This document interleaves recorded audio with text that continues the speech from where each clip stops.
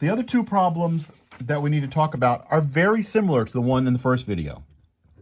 And I'm not going to do them in as much detail. If you still need help on this, email me, folks, and we can talk about how what I would do from here. Once I got here in this other problem, once I figured out what the sine and the cosine were, finding all of the other things, the sine, the cosine, and the tangent of 2 theta and theta over 2, just really involved pulling out the identities and plugging in these two numbers that I had found. So if I know that the tangent of theta is 12 over 5, and theta is between pi and 3 pi over 2, where is that on the unit circle? Between pi and 3 pi over 2. That is over here in the third quadrant. There's pi, there's 3 pi over 2. The tangent's positive here, and the cotangent is positive down in this quadrant. All students take tangent and cotangent.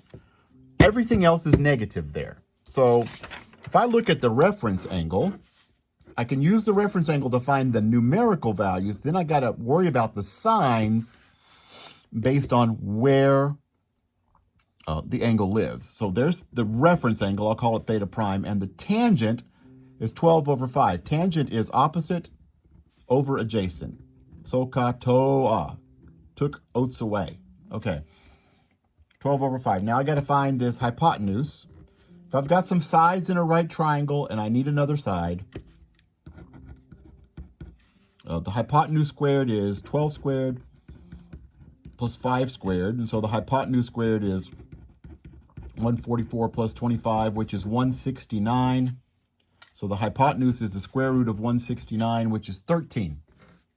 So in this problem, the hypotenuse is 13. From that, I can find the cosine of theta and the sine of theta. Cosine of theta is adjacent over hypotenuse. My angle is in the third quadrant. So the cosine is negative. Those are the numbers, 5 and 13, and it's negative since it's in the third quadrant. The sine of theta, 12 over 13, and negative since it's in the third quadrant. Take these two numbers. You can find all the parts that are required of you using these identities. Just plug them into these identities, those two numbers, and it will give you the sine and the cosine. And then you can use the sine and the cosine to find the tangent. Now, when I'm finding, here's what I know about theta. I still can use those numbers in the formulas for the half angles. But half of this angle, half of pi is pi over 2. Half of theta is theta over 2. Half of 3 pi over 2, if I multiply that by 1, half is 3 pi over 4. So theta over 2 is between pi over 2 and 3 pi over 4. That's here. That's the second quadrant.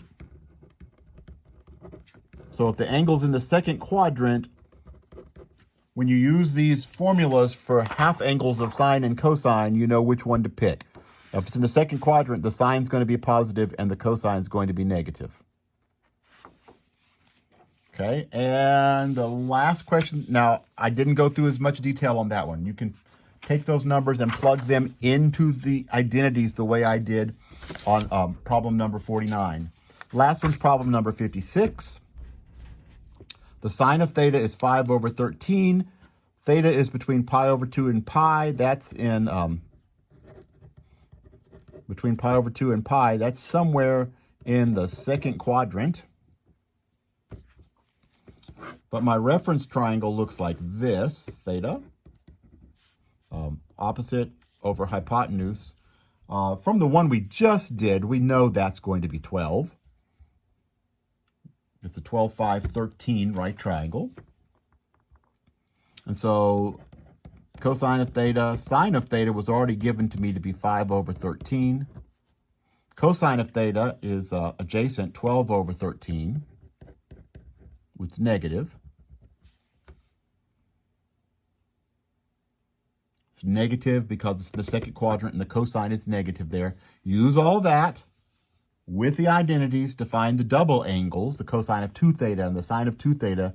Use those to find the tangent of 2 theta like I did on problem 49. Let's see, pi over 2 less than theta less than pi. Divide everybody by 2, multiply by 1/2. Pi over 4, theta over 2, pi over 2. That's in the first quadrant. So when you're finding the half angle formulas, you know that the cosines and the sines will be positive because it's in the first quadrant.